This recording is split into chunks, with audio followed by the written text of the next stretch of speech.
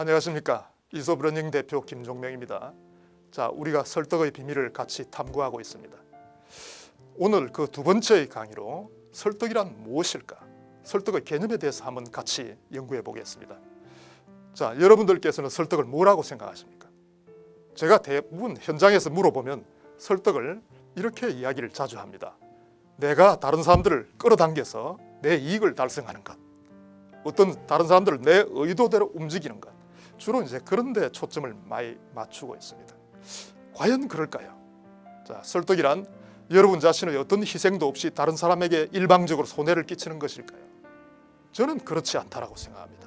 설득은 우선 상대방과 마음을 잘 맞춰야 될 겁니다. 다른 사람의 심정을 같이 교감을 만들고 공감을 하고 동조를 해서 뭔가를 함께 만들어가는 그런 것이 아닐까. 자, 이제 우리가 만약 여러분들이 좀 일방적인 생각을 갖고 있다면 조금 수정을 해야 되고, 또 여러분들이 좀 제대로 된 생각이 있다면 그것을 키워나가면 좋겠습니다. 자, 우선 설득에 대한 실전적인 정의를 제가 잠깐 말씀을 드릴게요. 설득이란 누가 하는 걸까요? 바로 여러분 자신입니다. 그죠? 여러분 자신이 바로 신호를 보내는 사람, 송신자라 그럽니다. 이 신호를 보내는 사람이 다양한 채널들이 있겠죠. 이 채널이라는 것은 뭡니까? 면대면으로 가기도 하고, 또 전화도 하고, 이메일도 하고 등등, 요즘 SNS 이런 다양한 채널들이 있을 텐데, 이런 것들을 통해서 여러분들이 상대방에게 어떤 신호를 줍니다. 이 신호를 우리는 메시지라 그럽니다. 메시지를 제시를 해서 역시 이 상대방은 신호를 받는 사람이기 때문에 수신자입니다. 송신자가 수신자의 무엇을 바꾸는 것일까요? 이제 한번 생각해 보세요. 상대의 마음도 바꿔야 되겠죠. 상대의 인식도 바꿔야 되겠죠. 마침내 상대가 뭔가 물가로 가서 물을 마시게끔, 그죠? 이렇게 행동도 바꿔야 되겠죠. 자, 이를 우리는 지식과 감성과 행동을 바꾼다. 그런데 여기 중요한 하나의 원칙이 있습니다. 상대방의 인식과 감성과 행동을 바꿀 때 반드시 그것을 순차적으로 가져가야 됩니다.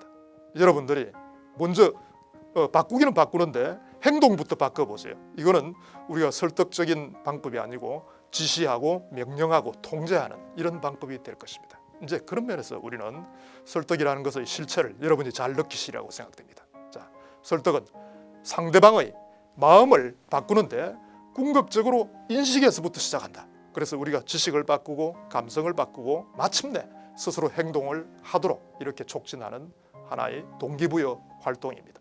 자, 그렇다면 우리가 요즘 이 설득이라는 말을 쓰고 있는데, 이 어원을 잠깐 제가 설명해 드리면 훨씬 더 여러분들이 설득이 뭐다라고 쉽게 좀 짐작이 되지 않을까 생각이 됩니다. 근데 이 한자말로 썰이라는 글자와 득이라는 글자, 두 글자가 만나서 설득이 개념이 만들어졌는데, 이 썰이라는 글자는 보면 말섬언변에 바꿀 테 이렇게 되어 있습니다. 이 뜻이 뭐냐면 결국은 자기 자신의 말을 바꾼다 이런 것입니다. 내 말을 변화시킨다. 상대방이 마치 초딩이다. 그러면 초딩 수준에 좀 맞도록 이렇게 가야 되겠죠. 또 상대방이 지금 화장실 가기도 급하고 마음이 바쁘다 이럴 때는 어떻게 해야 되겠습니까? 당연히 여러분이 말을 빨리 해줘야 될 겁니다. 이처럼 상대방의 수준과 상황에 맞도록 내 말을 변화시킨다. 이게 바로 썰입니다. 이 썰을 사실 잘 풀게 되면 뭐가 생깁니다. 이 득이라는 글자는 아침에 촌수 가까운 친척한테 가서 밥을 얻어먹는다 이런 뜻을 갖고 있습니다.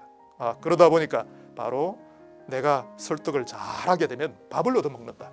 어떻습니까? 네, 여러분들이 이제 밥 굶는 일은 없겠네요. 그런 면에서 우리는 다른 사람과 더불어서 교감을 잘하면 되는데, 여기에서 여러분들이 오해하지 말아야 될 것은 결과적으로 상대방을 여러분이 변화시킵니다. 하지만 그 전에 해야 될 일이 있겠죠. 반드시 여러분 자신이 먼저 변해야 된다는 사실입니다. 그렇죠? 내 말을 바꿔야 됩니다. 이제 그런 점에서 우리가 대부분 오해를 합니다. 다른 사람들을 자꾸 바꾼다는 결과에만 초점을 맞추지 자기 스스로가 변화해야 된다는 이 사실을 망각을 해버린다는 겁니다. 이제 그런 면에서 우리는 설득의 이 어원을 가만히 분석해 보니까 정말 설득은 다름이 아니라 자기 변화다. 내가 스스로 변한다. 여러분이 만약에 조직에서 어떤 장을 하고 있다. 그렇다면 반드시 솔선수범하시기 바랍니다. 또한 여러분들이 어떤 판매 현장에 있다. 그런다면 반드시 먼저 고객으로부터 지갑을 열려고 하지 말고 고객에게 뭘 줄 것인가를 한번 생각해 보자. 여러분 자신이 바뀔 때 상대방이 변화로서 다가온다. 참 좋은 뜻이 아니겠습니까? 이제 그런 면에서 우리가 설득을 제대로 깨닫고 가면 좋겠습니다. 자, 함께 여러분들이 탐색을 하면서 설득의 데피니션을 정확하게 인지했다고 생각합니다. 자, 수고하셨습니다.